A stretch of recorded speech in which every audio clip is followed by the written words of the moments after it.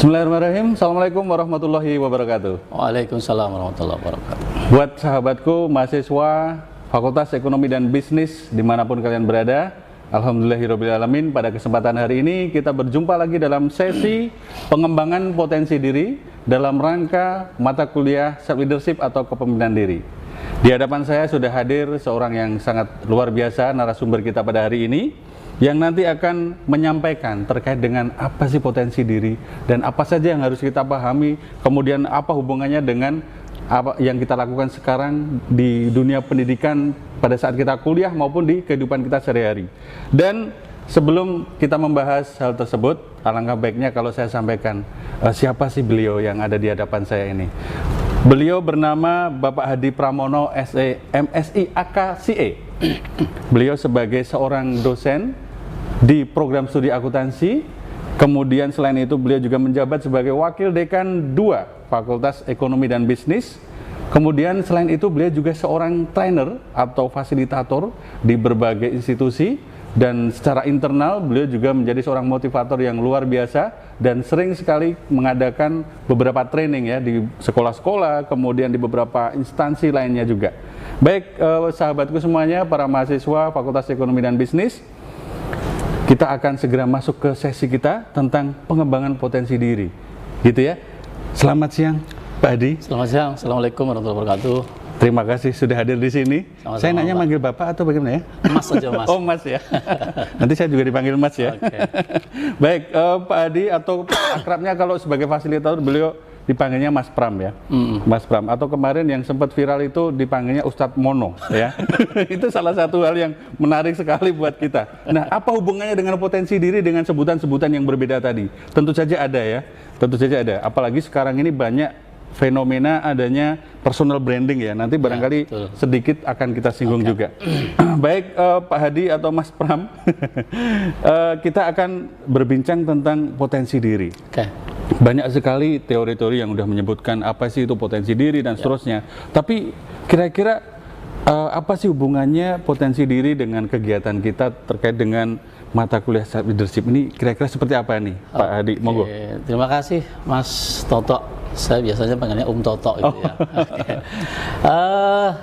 Self Leadership itu kalau kita terjemahkan secara gampangnya adalah self leadership, ya, memimpin diri. Kenapa itu menjadi penting? Kalau kita bicara tentang agama itu ya, bahwa kita itu semuanya adalah seorang pemimpin. Nah, artinya apa? Oh, ini kalau kita bicara tentang dari sisi spiritual, bahwa siapapun kita itu adalah pemimpin. Pemimpin itu maksudnya apa? Pemimpin itu maksudnya adalah yang nanti akan dimintai pertanggungjawabannya. Nah, itu kalau di akhirat nanti ya, tapi kita sedang masih berada di dunia nih. Nah, artinya kita juga harus menjadi orang yang bisa memimpin diri sendiri untuk kesuksesan dunia. Karena kesuksesan dunia itu bisa terkait dengan kesuksesan akhirat. Nah, yang menarik adalah kenapa? Pertanyaan gitu. Kenapa kita tuh harus belajar self leadership? Ya kan? Di semester awal-awal masuk UMP lagi, masih FEB ya. Betul. Karena sebenarnya di self leadership itu nanti kita bisa paham tentang bagaimana kita memimpin diri sendiri sehingga kita bukan hanya bukan hanya menjadi manusia biasa. Lebih sempit lagi, bukan hanya menjadi mahasiswa yang biasa, tapi menjadi mahasiswa yang berbeda. Berbeda dalam hal apa? Berbeda dalam hal kesuksesan dia sebagai mahasiswa. Karena kalau maaf ya, adik-adik mahasiswa ini dunia baru bagi kalian. Kalau saya dan Toto itu sudah melewati itu ya. Tapi udah bagi, beberapa fase ya. Tapi bagi kalian ini dunia baru yang berbeda dengan dunia pada saat SMA. Betul. Sekarang intinya gini Mas Toto. Iya.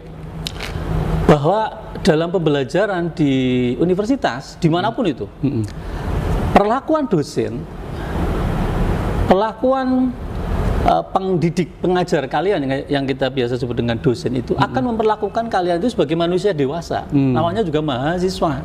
Nah, dosen tidak akan peduli dengan kalian seperti pedulinya pada saat kalian masih SMA gitu. Nggak masuk gitu ditengokin. Nggak seperti itu gitu kan. Sangat ketat sekali ya. Kecuali memang ada kita diminta untuk koordinasi dengan orang tua lah, baru nanti kita trace terlebih lanjut. Tetapi secara person to person kita memperhatikan kalian satu-satu tidak mungkin. Nah, itu namanya kalian menjadi orang yang dewasa.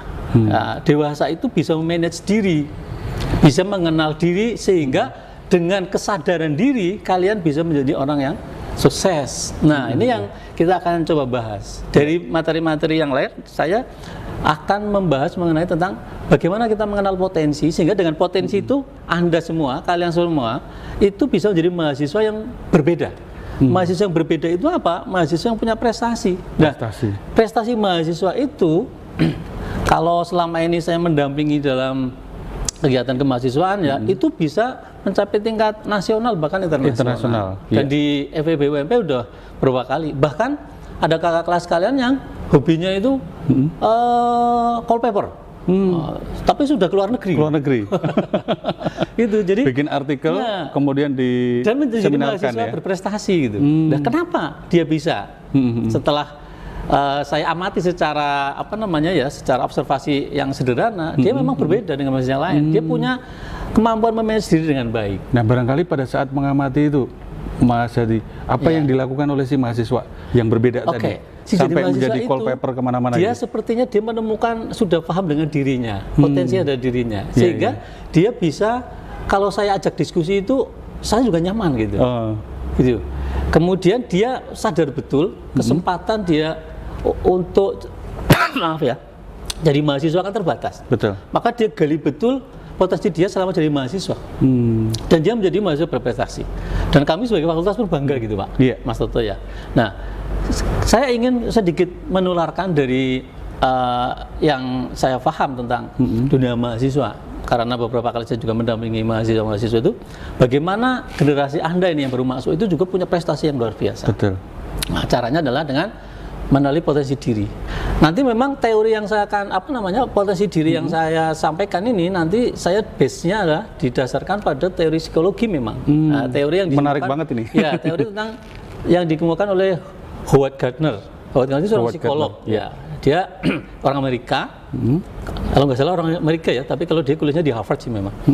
Di tahun 1983 itu dia menemukan teori multiple intelligences. Nah, kenapa kita harus belajar itu? Karena kita tuh manusia kan. Orang akuntansi itu tidak melulu belajar angka-angka, tidak. Orang manajemen tidak melulu belajar tentang bagaimana memanage orang lain, tapi memanage diri sendiri nggak bisa kan. Itu jadi aneh nanti. Maka kita juga harus belajar ini. Nah, kalau sedikit ya Mas Toto ya, saya agak geser sedikit ini. Di dalam dunia akuntansi ini saya basicnya akuntansi, kalau Mas Toto manajemen kan? Apalagi manajemen ini. Bagi akuntansi sendiri, sekarang tren di dunia akuntansi ya, di riset-riset akuntansi, di jurnal-jurnal internasional itu banyak yang menggali tentang bagaimana keterkaitan akuntansi dengan perilaku. Nah perilaku ini perilaku apa ini? Perilaku diri sendiri, personal maupun perilaku organisasi. Keterkaitannya bagaimana akuntansi? Karena akuntansi nggak bisa berdiri sendiri. Betul. Akuntansi itu dilakukan oleh orang. Orang itu punya berbagai macam dimensi, ya kan? Nah, maka itu dikaji juga. Ada namanya akuntansi keperilakuan.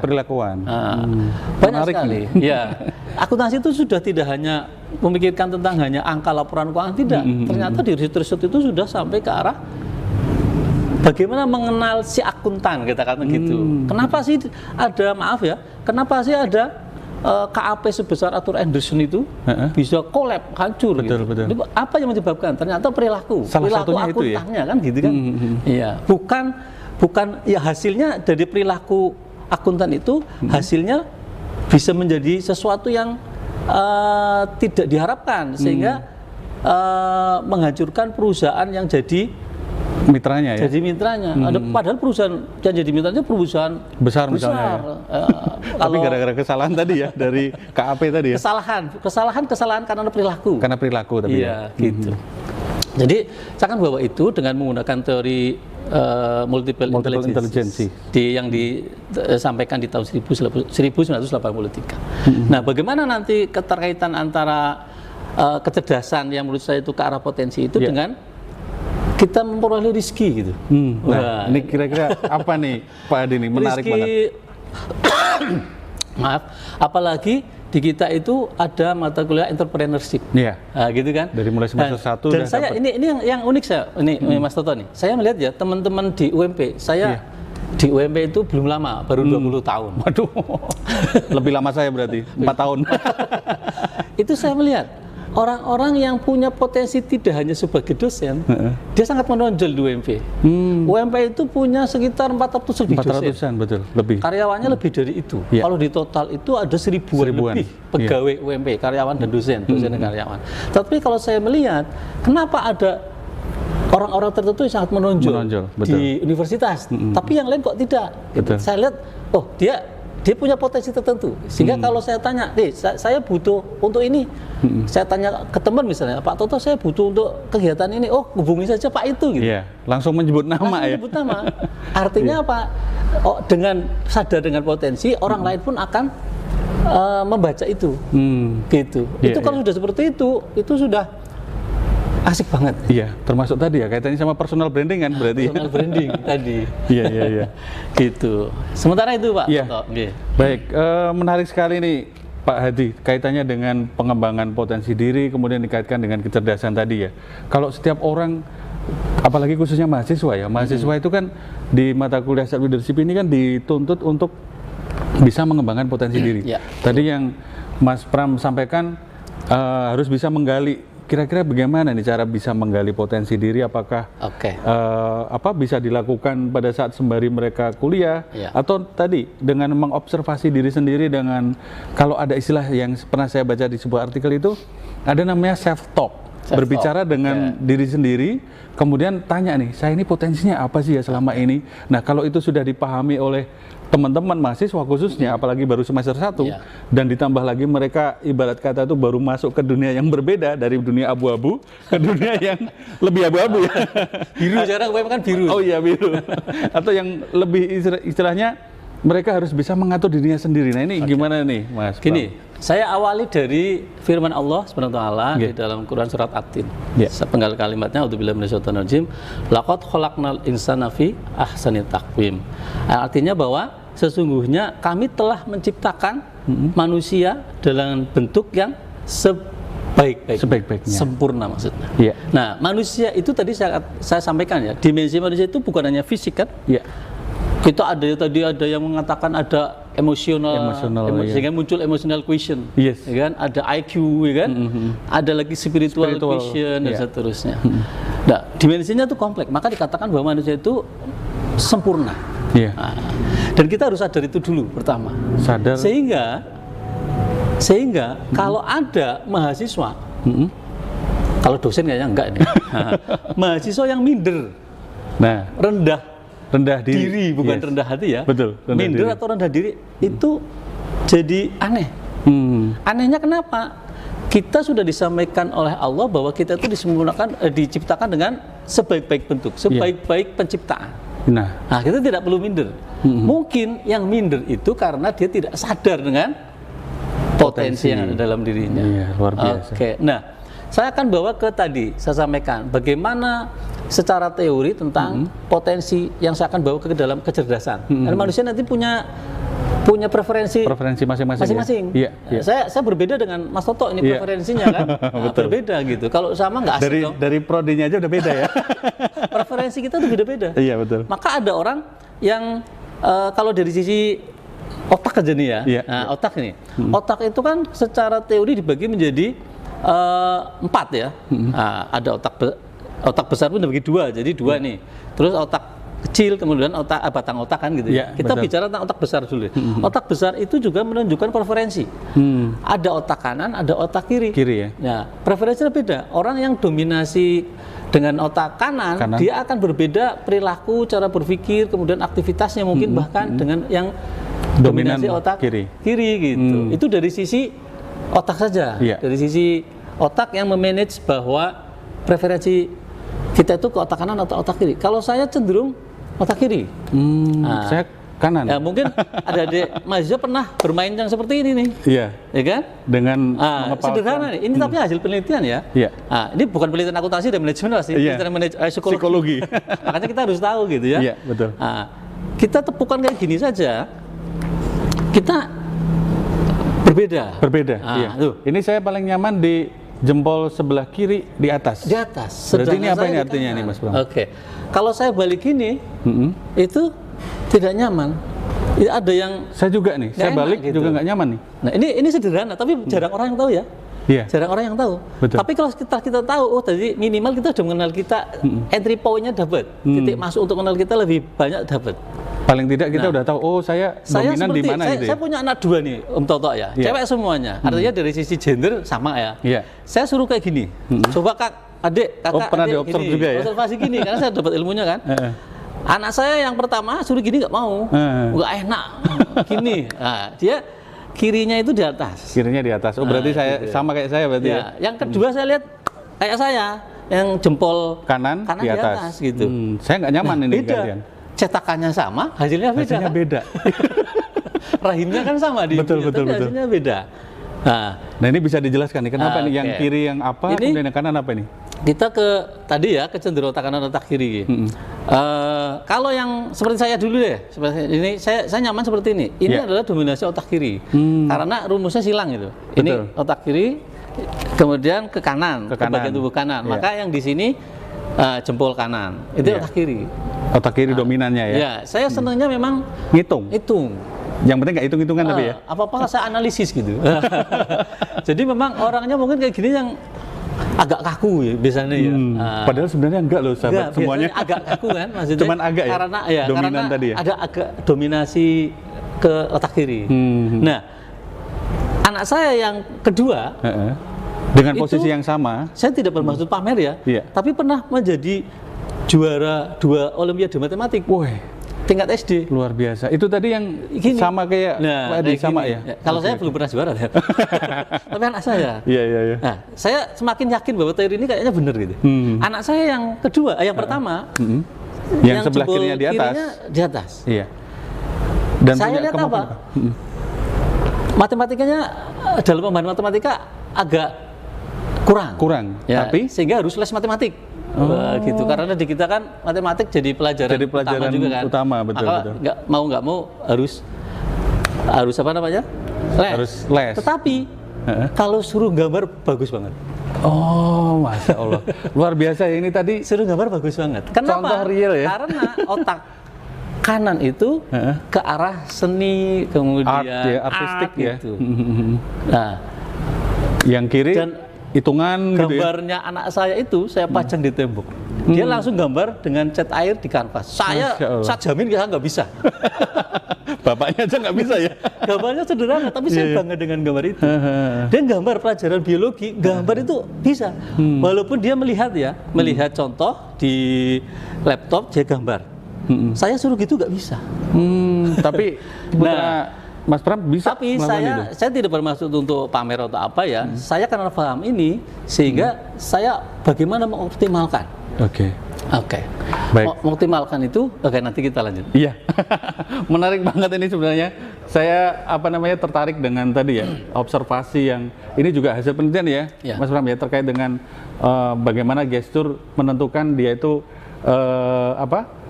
dominan otak kanan atau otak kiri. Nah ini sangat menarik. Nanti akan kita bahas lebih lanjut bagaimana mengenali potensi diri dengan dari gestur, dengan apa yang ada di dalam diri kita. Seperti apa lebih lanjut nanti akan kita sampaikan setelah yang satu ini.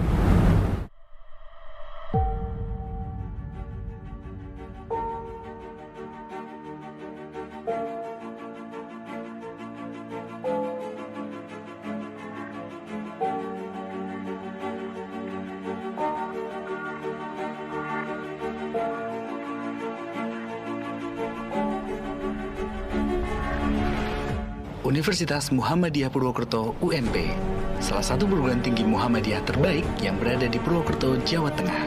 Berawal dari tahun 1965 dengan nama IKIP Muhammadiyah Purwokerto dan berubah menjadi Universitas Muhammadiyah Purwokerto pada tahun 1995. Seiring perkembangannya, UMP kini memiliki 11 fakultas dan 32 program studi. Salah satu fakultas unggulannya adalah Fakultas Ekonomi dan Bisnis. Fakultas Ekonomi dan Bisnis didirikan bersamaan dengan perubahan status institusi menjadi Universitas Muhammadiyah Purwokerto, yaitu tanggal 1 Juni 1995. Kini, Fakultas Ekonomi dan Bisnis membuka 3 program studi, yaitu Program Studi Manajemen S1, Program Studi Akuntansi S1, dan Program Studi Akuntansi D3. Fakultas Ekonomi dan Bisnis dibekali dengan tenaga pengajar sebanyak 30 dosen dengan kapabilitas dan integritas yang tinggi. Fakultas Ekonomi dan Bisnis syarat akan fasilitas demi memberikan pelayanan terbaik bagi peserta didik.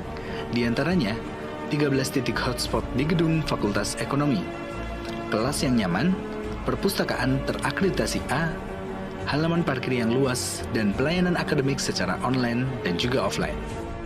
Mahasiswa juga dibekali dengan pelatihan kewirausahaan dan juga self-leadership. Fakultas Ekonomi dan Bisnis juga dilengkapi dengan 5 laboratorium guna menunjang kegiatan belajar mahasiswa. Laboratorium Komputer dan Statistik.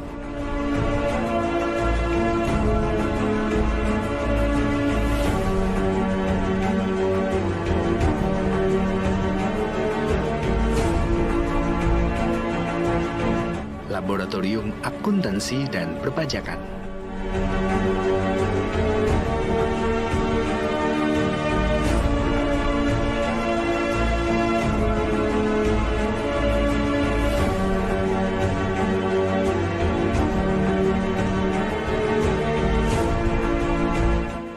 Laboratorium Galeri Investasi Syariah.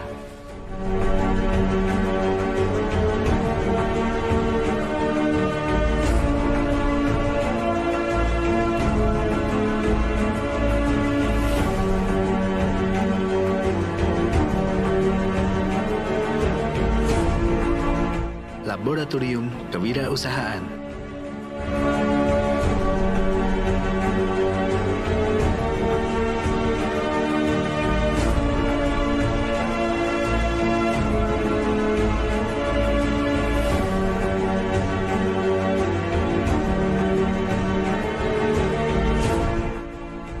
Laboratorium Perbankan Syariah.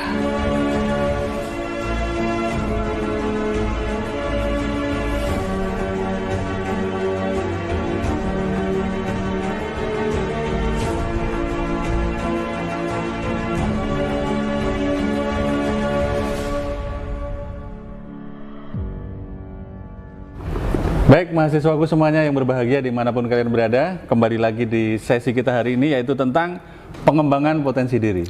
Tadi menarik sekali ya sebelum kita break ya Mas Pram ya, terkait dengan bagaimana sih mengenali potensi diri dengan cukup mengepalkan menyatukan kedua tangan, telapak tangan, kemudian kita bisa melihat sebenarnya kita itu dominan di mana gitu ya. Nah, tadi sudah dicontohkan nih oleh Mas Pram terkait dengan putri beliau ya, yang secara langsung nih ya, yang sehari-hari ada. Nah ini bagaimana sih dengan melihat potensi yang dimiliki oleh putrinya Mas Pram, terus kemudian mengelola dari potensi tersebut itu seperti apa dengan adanya potensi yang berbeda tadi? Oke, ini kebetulan alhamdulillah ya. Saya itu dari akuntansi tapi juga senang dengan yang seperti ini. Art ya. Sejak dulu SMA itu saya senang dengan tentang ya berbau-bau psikologi lah. Nah, itu bacaan saya dari SMA itu senang ke situ. Nah, kemudian di apa namanya masuk FEB, kemudian saya dulu di bidang kemahasiswaan, ada pelatihan mengenalkan seperti ini. Senang banget saya Pak. Nah, pelatihan, kemudian juga jadi trainer, saya juga jadi banyak paham tentang ilmu ini. Wah, saya berpikir saya training orang lain, ya kan? Anak saya masa enggak gitu kan? Jangan, itu dosa kan? Akhirnya saya melihat tadi potensi anak saya. Ini benar saya lakukan kerjasama dengan istri saya. Jelas itu sama saya. Gini, ya saya meyakini gini. Yang paling baik menurut saya ya adalah optimalisasi dua-duanya, otak kanan dan otak kiri. Jadi kerjanya itu bisa seimbang. Gitu ya. Nah, tujuannya seperti apa ya? Untuk lebih nyaman, lebih bagus dalam aktivitas gitu. Nah, tadi saya nemukan anak saya yang pertama, dia dominasi otak kanan ya, sehingga dia melukis, gambar, itu pinter. Tapi suruh matematika tadi agak kurang ya? Ya, bukan agak kurang, tapi dia apa ya namanya berbeda dengan yang anak saya yang kedua. Tapi anak saya yang kedua tadi preferensinya ke rasio, kecerdasan logika. Oke. Number smart namanya, kecerdasan logika. Itu kalau yang pertama namanya picture smart. Tadi secara teori dari multiple intelligence ya. Yang anak saya pertama ke picture smart, kecerdasan visual dan spasial. Yang kedua number smart atau kecerdasan logika. Logik. Nah, itu kan berbeda. Dan saya pengen itu bisa optimal dalam sekolah dan seterusnya. Betul. Oke. Anak saya yang pertama, dan dia menginginkan sendiri kursus matematika. Jadi Dari meminta sejak sendiri SD. gitu ya? Iya. Dan dia semangat. Gitu sih, sehingga dia bisa mengikuti matematika dengan baik. Gitu. Nilainya jadi bagus. Bagus. Ya, karena bukan enjoy karena kursusnya ya, Iya. tetapi dia menyadari potensinya di mana sehingga dia pengen backup di mana. Saya sebagai orang tua support dong. Iya. Ya kan? Oke, dan berhasil alhamdulillah. Dari sisi nilai saya bisa mengatakan bangga lah ke anak saya yang pertama nih. Sampai tadi juara di Olimpiade tadi ya? Itu yang kedua. Oh, yang kedua. Nah, yang pertama dari sisi persaingan di kelas dan cita-cita dia masuk sekolah-sekolah favorit itu tercapai. Wah, Favorit di Purwokerto ya. Saya tidak perlu sampaikan sekolahnya di mana. Tapi favorit menurut anak saya. Tapi juga menurut masyarakat sekitar. Dia usahanya kenceng. Dia menyadari mungkin potensinya ada di mana. Dia melakukan sesuatu treatment dan saya dukung. Diskusi. Saya model ke anak itu coba diskusi. Tidak. Ini yang menarik sekali ya. Saya diskusi. Nah, dengan diskusi itu ternyata menurut saya satu dia berpikir, kemudian dia bertanggung jawab. Gitu. Anak saya, Pak, ya saya pengen les ya, biayanya berapa? Sekian juta. Oke, saya kasih. Kemudian dia karena dia permintaan sendiri, hasil dialog, dia sangat tanggung jawab. Nah, itu dengan cara mempertahankan nilainya supaya bagus itu ya. Betul.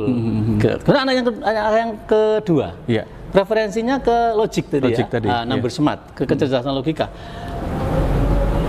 Kemudian istri saya melihat itu juga, anak saya yang kedua dileskan juga.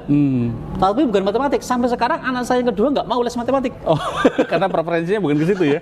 Ngapain les gitu? Tapi lesnya les melukis. Oke. Lesnya melukis. Dan sampai sekarang itu Mas TK Pram? itu lesnya mewarnai, dia belajar gradasi segala macam. Kemudian melukis mulai agak meningkat gitu kan. Sampai tadi ke kain kanvas tadi ya. Anak saya yang kedua tadi preferensinya logik, ya, number smart, tapi piala-piala di rumah, piala mewarnai juara 1, juara 2 gitu. Dia dapat duit. Saya ditraktir jadi menangnya dia lomba. Ayo makan deh di mana? Yang traktir anak saya. Itu piala-piala saya bangga karena saya bangga saya pajang di rumah. Tapi dia bukan dari matematik saja, matematik satu tadi Olimpiade. Kemudian yang lainnya adalah mewarnai, gradasinya bagus. Sekali lagi saya nggak bisa seperti itu. Iya. Karena saya sebatas zaman dulu kali ya, sebatasnya hanya kecerdasan logika, number smart. Tidak ada coba diolah potensi lain. Nah, saya berkaca pada diri saya, kemudian saya melihat ilmu yang saya dapat, saya melihat anak saya kok seperti itu preferensinya, saya olah dua-duanya. Alhamdulillah. Kalau dari sisi di sekolah ya, saya berani mengatakan saya bangga anak-anak saya. Masya Allah. Nah, gitu. Luar biasa. Kenapa? Ya. Awalnya dari kesadaran. Kesadaran diri. Nah, tentang potensi kesadaran diri tentang potensi menjadi penting. Itu kunci pertama. Saya sadar nih preferensinya saya kemana nih. Oh, saya ternyata otak kanan nih. Iya. Otak kanan ya. Iya. Nah, saya harus ngapain gitu. Oh, kayaknya kalau otak kanan dia akan mudah untuk belajar yang art, musik gitu kan. Nah, kemudian melukis, kemudian ini anak saya gitu. Kalau dalam disiplin kursus musik belum, dia waktunya nggak ada. kursus musik dia pengen tuh Pak, saya belum nemu. Tapi ada ya keinginan ke pengen musik gitar, pengen ya belikan gitar lo ya gitu. Saya bilang iya nanti gitu. Saya nggak bisa gitar masalahnya. Anak saya pengen, tapi waktunya susah banget sekarang. Apalagi sudah kelas 3 SMA. Waktunya sangat sempit. Nah, tadi saya cerita teori, saya gabungkan dengan fakta yang saya lakukan. Betul. Nah, pertama kesadaran dari yang bersangkutan, kesadaran dari Anda sendiri bahwa Anda punya preferensi kemana nih, kecerdasan apa yang Anda punya. Pahami dulu. Nah, kalau nggak paham gitu ya. Nah, itu gimana tuh? Nanya ibunya, kadang ada masalah loh itu. Nanya ibunya, mbok gitu ya. Mama kek ini saya sih kecerdasannya di mana? Kalau buh kan. Nah, kalau seperti itu kan kurang support tuh. Tanya bapaknya bingung. Kecerdasan maksudnya apa nang gitu, malah bingung. Tanya temennya malah guyonan. Malah dijawabnya yang berbeda gitu kan ya. Nah, kecerdasan itu bisa kita tahu dari kita sendiri atau dari orang lain. Biasanya gitu. Tips yang paling mudah nih Mas Bram, kalau supaya tahu nih potensi saya di mana sih selain dengan gestur tadi ya. Barangkali ada yang lain gitu. Biasanya kalau tadi saya mengatakan ya, saya sebenarnya akhirnya pelan-pelan menyadari preferensi anak saya pun menyadari preferensi kecerdasan yang lebih dominan itu kemana. Kalau menurut multiple intelligence theory ini dari Howard Gardner itu ada 8 sebenarnya kecerdasan itu kan. Saya bacakan aja deh. Yang pertama kecerdasan linguistik. Linguistik ya, bahasa ya. Bahasa. Yang ini nanti orang bisa mudah meyakinkan. Kan ada orang yang begitu mudah meyakinkan orang lain kan? Betul. Harus begini orang nurut semua gitu. Saya nggak tahu tuh di semanis tebu gitu. Tapi orang kan bisa nurut gitu. Muncul itu ternyata istilah ada influencer teori. Ya, influencer. Betul. Influencer. Itu kecerdasan linguistik. Kemudian ada kecerdasan logika. Dia itu mencoba memecahkan masalah itu secara logik. Gitu. Biasanya orang akunting kalau kita di ekonomi, akunting itu biasanya logik. Ya, nggak masuk akal lah gitu. Kita pokoknya semuanya berbasis angka gitu. Ya. Kemudian picture smart tadi, kecerdasan visual dan spasial itu biasanya yang tadi ke arah seni gitu. Anak saya yang pertama ini. Anak yang kedua menurut saya itu number smart atau kecerdasan logika. Dan yang keempat kecerdasan kinetik atau body smart. Body smart. Ini saya ada cerita menarik ya, Toto ini. Iya, menarik nih Pak. Dia tuh sangat mudah untuk mengkondisikan tangan untuk berinovasi. Nah, ini bikin misalnya yang keren ini Fakultas Ekonomi dan Bisnis. Ya. Ini keren banget ini Fakultas Ekonomi dan Bisnis nih. Betul. Nah, ini bisa gini. Salah satu contoh dari tadi ya, kinetis. Smart ya. Saya punya tetangga di rumah. Kalau teman-teman mahasiswa itu mungkin tahu daerah Kalisari Sumampir itu. Jadi ada pemadam kebakaran. Di seberang itu ada jalan Kalisari, lurus terus nanti sampai ketemu tulisan tambal ban. Nah, tambal ban. Saya melihat, saya dari dulu berpikir, kenapa orang pinter banget ya? Pinter menurut saya. Kenapa? Maaf banget. Karena beliau itu tidak bisa ngomong. Kalau ditanya, difabel ya? Ya, saya nanya bayarnya berapa? Berapa? Gitu. Dengan apa isyarat ya? 10.000 gitu. Nah, 10.000.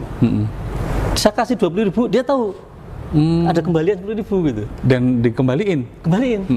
Nah, yang luar biasa, dia itu saya tahu persis karena setiap malam itu saya sering lewat. Kalau saya pulang dari masjid itu lewat Isya itu dia lewat pakai sepeda. Ternyata dia cari makan. Masya Allah. Artinya apa? Dia mandiri. Yeah. Dia dapat uang dari keringat sendiri, cari makan sendiri. Bekerja tadi di tambal ban tadi ya? Bekerja tambal ban. Tambal bannya rapi Pak. Rapi banget. Pelanggannya banyak. Nah, rapi. Saya berpikir dia itu orang yang maaf ya, bisu dan sepertinya dari lahir. Maka kalau orang maaf ya, ada bayi, dia kemudian tidak menangis. Kemudian ditabok tuh sama bidannya. Paramedis ya, bidan atau apa ditabok. Tujuannya kan biar nangis. Nangis itu memicu salah satunya adalah pendengaran. Setahu saya gitu ya. Nanti teori di kesehatan nanti dilihat. Sehingga nangis. Anak saya pun dulu disuruh nangis. Biasanya di apa nih bahasa Banyumas dijengking di kaki di atas. Kaki di atas. Itu suruh nangis. Karena kalau nggak nangis bisa berbahaya ke arah itu tadi ya. Kemampuan indera. Ini kalau indera pendengaran tidak berfungsi sejak lahir, maka tidak ada apapun masuk. Tidak ada kosakata masuk. Iya, betul. Ya kan? Tidak ada kosakata masuk, maka dia tidak akan bisa berbicara. Tidak bisa berbicara. Iya. Lidahnya normal. Tapi dia tidak bisa berbicara karena apa? Tidak ada recording tentang kalimat, tentang data di otaknya. Karena indera pendengarannya tidak berfungsi. Tidak berfungsi misalnya. Nah, saya melihat, saya tidak mau bisa menanya sih, karena kalau nanya pun jawabannya ya seperti itu. Pasti dengan bahasa isyarat. Gitu kan. Iya, betul. Tapi dia bisa menyelesaikan tambal bannya rapi. Saya pernah minta tolong sore-sore. Pintu saya itu slotnya rusak. Saya utak-atik sendiri nggak bisa. Bukan bidangnya ya? Saya dosen ya. Utak-atik pintu saya nggak jadi-jadi. Saya bingung nih. Gimana? Dari mau maghrib, jangan-jangan saya tidur di luar ini. Jaga pintu. Ini real Pak. Terus saya tanya di depan ada tetangga saya, Pak, ini gimana Pak? Oh ya, ke situ aja. Ditunjukkan yang tadi? Saya dan tetangga manggilnya Pak Bisu gitu. Mohon maaf karena memang bingung nanya namanya siapa ya. Pak Bisu baik gitu. Saya ke sana. Datang, dia lihat sebentar. Oh, Palu. Dia hanya observasi saja sekilas ya. Nyari Palu. Saya ambilkan Palu. Obeng. Dia isyaratnya tapi saya paham. Tapi Mas paham banget gitu ya. Terus obeng, Palu, jedor. Dan ternyata, hancur kilawangku. Ternyata dia punya solusi. Nah, dia punya alat kemudian dipasangkan ke pintu saya, jadi Pak. Saya berkeringat berpikir nggak jadi. Dia bisa menyelesaikan masalah saya Dalam waktu yang relatif singkat ya. ada 1 jam, setengah jam pun nggak ada. Iya. Jadi tak tanya, kira Mas, 10.000. 10.000. Dia kisarannya itu 10.000 sampai 20.000.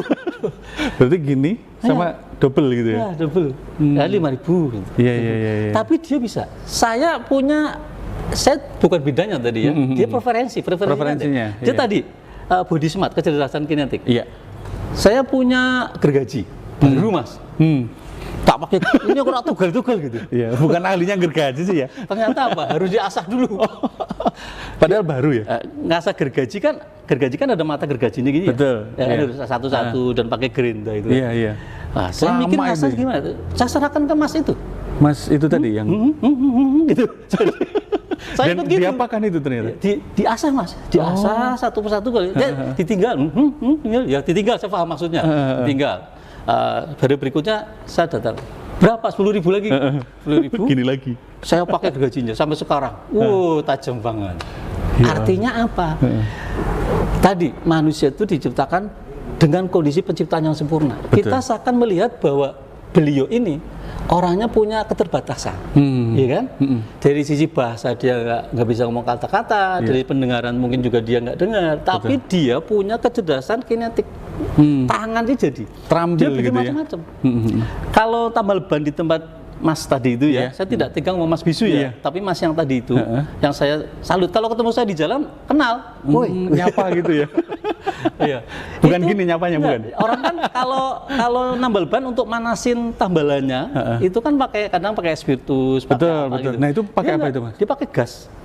Oh, Jadi cepet baru tahu banget. saya. Pakai gas, Jadi semprot. di Gasnya tuh modifikasi sendiri. Dia ada gas, dia kan dimodifikasi. isi korek gas ya. Iya. Dia ada botol segini. Iya, betul. Dimodifikasi ujungnya, kemudian keluar gasnya. Terus disemprotin Jadi ke api kan, ini. Iya. disemprotin, cet gitu. Nggak ada 50 menit, udah matang, udah jadi. Dan hasilnya Jadi juga Purwokerto bagus ya. nggak ada saya lihat seperti itu. Bagus Pak, awet. Saya puas kalau Nambal di situ ya. ya minta tolong dia itu. Artinya apa? Artinya ada orang yang itu tadi. Saya kembali ke tadi ya, ke hubungannya apa kecerdasan sama potensi diri. kemudian potensi diri ke arah rezeki. Iya. Kenapa Mas tadi itu ya? Nah, Mas tadi itu dia bisa hidup sendiri. Iya. Dia bisa hidup sendiri, Bisa mandiri ya. bisa makan sendiri, Betul. aktivitasnya sendiri, dan dia tidak menggantungkan ke orang tuanya, orang lain untuk minta-minta. Masya Allah. Dia bekerja betul. Kenapa? Itu hubungan ternyata kalau kita menyadari bahwa kita itu Punya punya potensi. preferensi, kecerdasan di mana, kemudian punya potensi di mana kita Betul. sadar, kita bisa mendapatkan rezeki dari situ. Masya Allah. Gitu. Ini luar biasa banget ya. Tadi dari contoh itu sampai saya tertegun itu orang yang dilahirkan. Silakan nanti kalau yang sekitar seperti itu. Purwokerto ya, sekitar Purwokerto, saya sambil promosi UMKM di situ ya. Iya. Kalau dari Kalisari lewat dari sebelah selatan, tapi Jadi kalau dari dari utara arah Damkar ya? ada Jalan Flamboyan. Nah, itu sama nanti ketemu. Nah, dari Kalisari masuk nanti ada tambal ban gitu. Dia silakan iseng aja ketemu situ ya? Pak itu untuk ngapain lah buang Iya. nambal angin atau nggak di angin ban gitu ya, nambal ban atau buang angin ban gitu. Itu ke Mas itu. Jadi bener nggak yang saya sampaikan? Iya. Gitu. Terus ke arah utara sedikit ada mie ayam enak banget. Ini promosi lagi Ini ya. promosi. Kita harus UMKM harus Ini naik. ngomongin mie ayam saya jadi ingat teman saya ya. Oke. Nah, kita harus meningkatkan apa? UMKM itu harus up ya. Oke. Betul, Kemudian ada kecerdasan. Saya sambung lagi ya. Ada kecerdasan naturalis. Iya. Nature smart. Itu biasanya ke arah dia itu preferensinya mencintai lingkungan. Nah, ada orang yang di mana itu di Magelang kalau nggak salah. Ada orang di Magelang dia kemudian bisa mempunyai lahan yang jadi percontohan apel, kelengkeng, sorry, Kelengkeng ya? Padahal yang punya juga maaf ya, difabel. Difabel juga. Iya. Itu ada jadi agro Agrowisata, di Magelang itu. Wah itu keren. Dia punya kesadaran. Karena preferensinya tadi ya ke natural. Iya, natural. Iya. Kemudian ada self smart atau kecerdasan intrapersonal. Ada orang yang rasa percayanya tinggi. Nah, pede percaya ya? tinggi, pede tinggi. Itu sebenarnya kan kelebihan. Nah, kelebihannya harus diolah. Yang Kemudian harus diolah, ada betul. kecerdasan interpersonal. Bagaimana dia itu membangun relasi dengan orang itu cepat. Iya, iya. Orang tuh nyaman dengan dia. Betul, betul. Nggak ramai kalau nggak ada lo kan. Itu interpersonal. Iya, iya. Nah, maka dia disenangi orang lain. Nah, itu preferensi atau Preferensi. kelebihan. Iya, Itu iya. bisa menjadi ladang cari rezeki juga. Rezeki juga, betul. Nah, gitu. Kemudian yang terakhir adalah kecerdasan musikal atau music smart. Nah, itu jelas lah ya, harus didefinisikan. Dan hampir setiap orang suka itu ya, Iya, Mas Pram ya, betul. terkait sama musical smart tadi ya. Ya. Iya, termasuk saya juga ya, Iya, suka betul. musik. Meskipun nggak bisa bermain alat musik ya, tapi paling tidak bisa nyanyi ya. Sama Mas Pram ini biasanya duet ya. Nah, tapi kadang ada yang gini, Mas. Iya. Untuk mengembangkan potensi diri itu takut. Nah, takutnya Nah. di mana ini? Takut itu saya hubungkan ke, ini bukan teori sih ya, Heeh. tapi semacam Observasi ya, ungkapan hasil lah. observasi Bukan. Ada rantai gajah. Oh iya, Mas betul. Toto ingat rantai gajah? Iya, iya, iya. Ingat seperti itu Yang ya. kaitannya dengan apa namanya? Gajah yang dirantai. Belenggu diri. ya. Orang mau sukses tapi dibelenggu oleh dirinya Iya, sendiri. iya. Itu Nah, gimana rantai sekilas gajah. saja nih? Kira-kira- Sekilas ya? Iya, boleh. Sekilas saja. Sekilas tapi 30 menit. Gini, kita itu kadang punya potensi. Saya merasa ada potensi ini, tapi saya tidak mau melangkah nih. Takut. Di sini bermacam-macam persepsi kita Iya, main. betul. Jangan-jangan nanti dicaci maki orang. jangan-jangan gitu ya. Takut salah. Mau melangkah itu takut salah. Dan seterusnya. Betul, betul. Sehingga kita tidak melakukan sesuatu. Padahal itu kesempatan kita. Iya. Karena kita tidak mau melakukan sesuatu itu, kesempatan itu, maka kesempatan itu udah milik orang lain. Waduh, itu sakit banget. Akhirnya nyesel ya yang terjadi. Iya. Nah, kenapa ada orang terbelenggu oleh dirinya? Maka saya akan menggunakan ungkapan tentang rantai gajah. Iya. Gajah yang dirantai kakinya itu ya, yang Oke, biasanya ya. rantai gajah. Berarti mau dilanjut ini yang kaitannya sama gajah. Kalau rantai gajah tadi Mas Pram menyebutkan menganalogikan ya, menganalogikan gajah itu kalau dirantai dalam waktu yang lama, dia tuh kan lama-kelamaan akan merasa terkekang dengan adanya rantai itu. Gini Ya? Mas Toto, pernah nggak kita berpikir ya, berpikir bukannya having fun kita senang, Iya, iya. ternyata hebat kita tuh bukan, tapi kita berpikir sisi lain. Dari kacamata yang berbeda. Kalau saya dulu waktu kecil itu senang kalau ada acara sirkus. Nah, sirkus di TV. Di TV ya. Nah, zaman dulu cuma ada satu TVRI. Sekarang sudah Seumuran ya. banyak. TVRI itu ada acara favorit saya, ada sirkus. Dan sirkus kalau menampilkan gajah, pasti gajah yang badannya besar. Betul, betul. Ya, gajah yang badannya besar.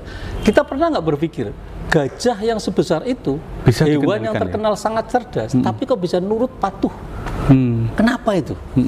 Padahal gajah kalau di alam liar, kalau Mas Toto mungkin pernah dapat informasi perusahaan-perusahaan sawit, Oh iya, itu salah betul. satu Pengganggu ya. pengganggu ya, tapi penanganannya harus tepat tapi Betul, ya, karena betul. gajah itu hewan yang dilindungi. Yang dilindungi. Itu bisa mencerabut dengan Ini. belalainya Betul, betul. Apa namanya? pohonnya Pohon itu kan, sawit ya? iya, Iya, iya. bisa tercerabut. Saking kuatnya. Saking kuatnya, Tapi kenapa setelah jadi aktris Di sirkus, sirkus ya. kenapa dia menjadi gajah yang Sangat nurut sekali ya. nurut gitu? Iya, iya. Padahal badannya keker, ya kan? Gagah perkasa, Gagah perkasa. tapi kok bisa nurut gitu? Hanya dikasih kayak Ini, ada cambuk aba-aba gitu, gitu ya. aba-aba gitu. Mau kenapa? Saya pernah nggak berpikir semacam itu dari sisi yang berbeda ya? Iya, betul. Wah, gajahnya main bola, kita wah lucu, gajah dibilang lucu gitu. Padahal harusnya gagah gitu kan. kenapa gitu? Nah, ini rahasianya. Dan saya pernah lihat sendiri bagaimana gajah yang besar itu menjadi gajah yang tunduk sehingga dia tidak paham dengan potensi yang ada dalam dirinya. Iya. Potensinya itu apa? Gagah perkasa. Betul. Tenaganya untuk kuat, mencerabut iya. pohon kelapa juga mungkin jadi. Potensinya tapi ya. kemudian dia hilang wibawanya sebagai seekor gajah. Kehormatannya sebagai seekor gajah hilang. Padahal kalau ngamuk bisa kan? Betul. Nah, tapi Makanya kenapa ada dia gajah nggak ngamuk. berani? Apanya yang dibelenggu? Apanya yang dikendalikan oleh pawangnya? Apanya Pak Mas Toto? Pikirannya ya. Yes, betul. Pikirannya Oke. betul. Pikirannya si gajah yang dibelenggu. Bagaimana cara membelenggu pikirannya gajah sehingga gajah yang punya potensi itu akhirnya jadi gajah yang penurut? Iya. Nah, caranya adalah dari kecil, gajah yang kecil Dirantai, itu ya? dirusak persepsinya. Dengan cara apa? Satu kaki saja dikasih rantai. Dan saya pernah lihat betul dengan mata saya sendiri, gajah yang masih kecil Masih ya, kecil, masih ya. balita lah mungkin Iya. kalau di istilah kita ya, balita, dikasih rantainya yang nggak terlalu besar gitu. Kaki kiri kalau nggak salah saat itu, Iya. kaki kiri depan di rantai, Rantai besi itu ya. rantai besi tapi kenceng ya. Iya. Rantainya nggak terlalu besar mas, rantainya agak ya nggak terlalu besar, rantai yang kecil lah, menurut saya sedang lah, tapi nggak besar banget, nggak kecil banget.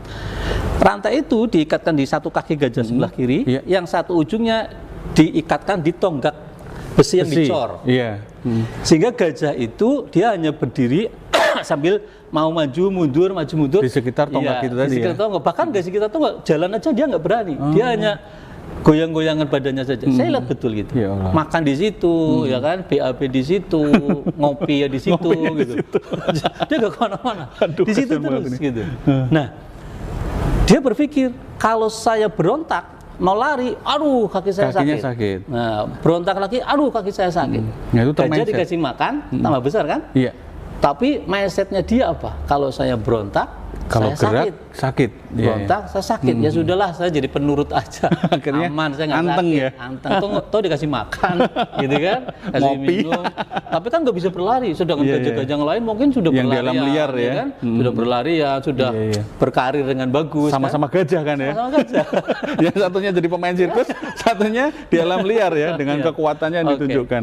Akhirnya gajah tambah besar, rantainya nggak diganti, cuma dilonggarin sedikit, Longgarin. menyesuaikan. Iya. Tapi mindsetnya sudah terbentuk nih, kalau saya berontak saya sakit. Sakit. Nah, ini. Kita juga biasanya seperti itu. Iya. Ada orang yang tidak mau maju, ada orang menjadi takut, ketemu orang takut, ngobrol sama orang takut. Itu biasanya ada masalah waktu kecil. Masa kecil ya. Iya. Jadi ada belenggu ya. Belenggu gitu. Iya, iya, belenggu ke pikiran Belenggu khususnya. Ya? pikiran. Iya, iya. Takut melakukan sesuatu, takut salah. Nah, mungkin ada orang yang mendoktrin sejak kecilnya, alah nak, kamu itu anak miskin, anak Iya. orang miskin lah. Udahlah, segini di sini aja, gitu ya. Masuk kemana-mana nggak boleh. Itu malah mendemotivasi ya. Itu masuk ke pikiran, masuk ke besar. alam bawah sadar, sudah tuh dibelenggu. Dan itu sulit ya untuk Ya. ibarat kata membuka lagi ya. Meskipun ada caranya bisa, ya. bisa. Nah, caranya Oke, sekarang sekilas yang nah, terkait sama cara. ada adik mahasiswa menyadari dulu belenggu dirinya itu apa. Iya. Saya mau ketemu Mas Toto untuk Iya. konsultasi itu takut gitu. Nah, coba berpikir, Mas Iya. Toto itu yang ditakuti apanya? Satu, orangnya Biasa baik, aja. biasa aja. Kenapa saya takut? Kenapa yang buat saya takut? Sedangkan orang lain nyaman ketemu Mas Toto. Iya. Nah, mungkin ketemu saya orang lain nyaman, kok saya takut ya? Nah, berarti kan ada yang salah nih. Betul. Persepsi diri. Persepsi dirinya tadi. Nah, belenggu mungkin selama ini didoktrin, Allah, jangan sering ketemu orang asing, Iya. segala macam-macam kayak gitu ya. Betul. Nah, akhirnya termindset gitu. Mindset itu memang prosesnya lama. Prosesnya Setahu lama. saya mindset itu cara berpikir yang diyakini kebenarannya dan itu diyakini sudah sangat lama. Iya, Nah, iya. bagaimana kita untuk membongkar rantai tadi ya, rantai gajah itu Iya. harus kita hancurkan. Harus dihancurkan. Sehingga gajahnya bisa berkarir dengan baik. Jadi gajah beneran. Gajah beneran, gajahnya punya harga diri, Iya. kehormatan gitu Iya. ya. Belenggunya dibuang. Nah, caranya tadi Sadar dulu. Sadar dulu, ya. dulu belenggunya apa. Nah, yang kedua, kalau ternyata masih kesulitan, bisa diskusi dengan orang lain. Iya. Pakarnya. Kalau di Pakarnya. UMP ada biro psikologi, Biro psikologi, ada ya. SAC, Iya. atau ada dengan PA. PA, pembimbing akademik. pembimbing akademik. Jadi gajahnya itu tadi sadar bahwa rantai itu Harus dibongkar. dibongkar. Nah, Iya. cara bongkarnya adalah kita sadar diri bahwa belenggu itu tidak baik. Maka kita harus membongkar belenggu itu sehingga kita menjadi orang yang punya visi yang bagus, punya prestasi betul. yang bagus gitu. Iya, Ini tidak hanya ada- sekilas ya. Tidak ada ketakutan-ketakutan Sekilas gitu ya. semacam itu. Baik, ini Itu tadi. kira-kira Mas Toto. Iya, Mas Mudah-mudahan Ram. bermanfaat. Amin. Alhamdulillah ini luar biasa sekali sebenarnya perbincangan kita terkait dengan pengembangan potensi diri ini materinya sangat banyak sekali ya. Kalau dibahas ini bisa berhari-hari ya, bahkan berminggu-minggu kalau kita adakan training. Tapi untuk khusus sesi di self leadership kita memang belum semuanya untuk mengupas dan ini tugas dari rekan-rekan mahasiswa semuanya untuk bisa belajar dan menggali lebih lanjut tentang potensi diri. Ya, ada ungkapan ya yang menyampaikan orang tersesat itu bukan karena dia tidak tahu kemana, tapi dia tidak tahu dia di mana.